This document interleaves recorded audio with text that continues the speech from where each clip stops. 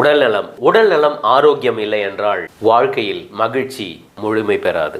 இன்று உங்கள் உடலை கவனியுங்கள், நாளை அது உங்களை காப்பாற்றும். ஆரோக்கியமான உடல், வலுவான மனம் இருந்தால் வெற்றியான வாழ்க்கையை வாழலாம். நம் தேசப்பிதா மகாத்மா காந்தி அவர்கள் நல்ல உடல் ஆரோக்கியமே மனிதனின் முதல் செல்வம் என்றும், அப்துல் கலாம் அவர்கள் ஆரோக்கியமான உடலே பெரிய கனவுகளின் அடித்தளம் என்றும் கூறியுள்ளார்கள்.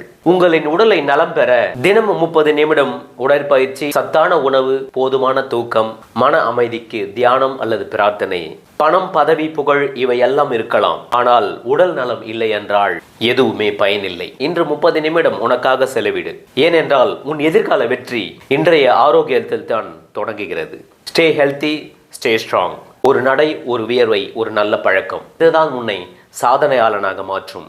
இன்றே தொடங்கு, இப்பொழுதே எழுந்திரு. No excuse, just action. ஆகையினால் உங்கள் உடல் நலத்தை காத்துக்கொள்ளுங்கள், உறுதியுடன் செயல்படுங்கள்.